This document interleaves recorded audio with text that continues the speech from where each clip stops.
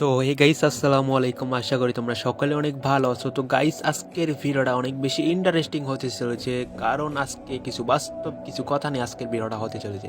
তো গাইস অনেক দিন হলে চ্যানেলে ভিডিও আপলোড হয় না, এখন থেকে রেগুলার এই চ্যানেলে ভিডিও আপলোড হবে। তার জন্য চ্যানেলটা সাবস্ক্রাইব করেন আর পাশে থাকা বেল আইকনটি অন করে দেন। কেউ লাখ টাকার খাটে শুয়ে ঘুমের ওষুধ খেয়েও ঘুমাতে পারে না, ডিপ্রেশনে ভোগে। আর রিক্সাওয়ালা সারাদিন প্যাডেল করে ক্লান্ত শরীর বিছানায় পিঠ লাগিয়েই ঘুমিয়ে পড়ে। কেউ 1000 টাকা খরচ করে জিমে গিয়ে ফিটনেস ঠিক রাখতে আপ্রাণ চেষ্টা করে যাচ্ছে, আর কেউ মাটি কাটতে কাটতে অটোমেটিক ফিটনেস হয়ে গেছে। কেউ মুড়ি খেলেও মোটা হয়ে যাচ্ছে, আর কেউ জগতের সব খাবার খেয়েও মোটা হতে পারছে না। রাতের পর রাত না খেয়ে কেউ জিরো ফিগার বানাতে ব্যস্ত, অথচ তার বাসার কাজের মেয়েটেরই কি সুন্দর জিরো ফিগার।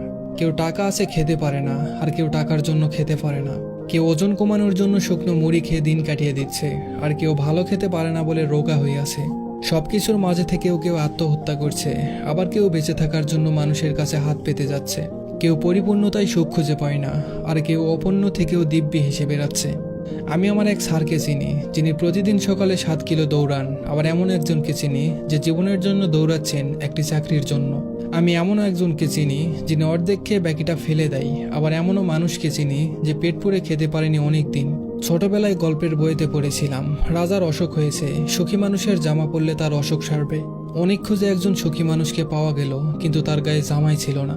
সৃষ্টিকর্তা আমাদের সবকিছু দেননি, কিছু না কিছু তার কাছে রেখে দিয়েছেন, আমরা যেন সেটা উপলব্ধি করতে পারি। সারাদিন না খেয়ে থাকা একটা পথ শিশুকে যদি প্রশ্ন করেন তোমার সুখ কিসে, সে বলবে দুবেলা খেতে পারাতেই আমার সুখ।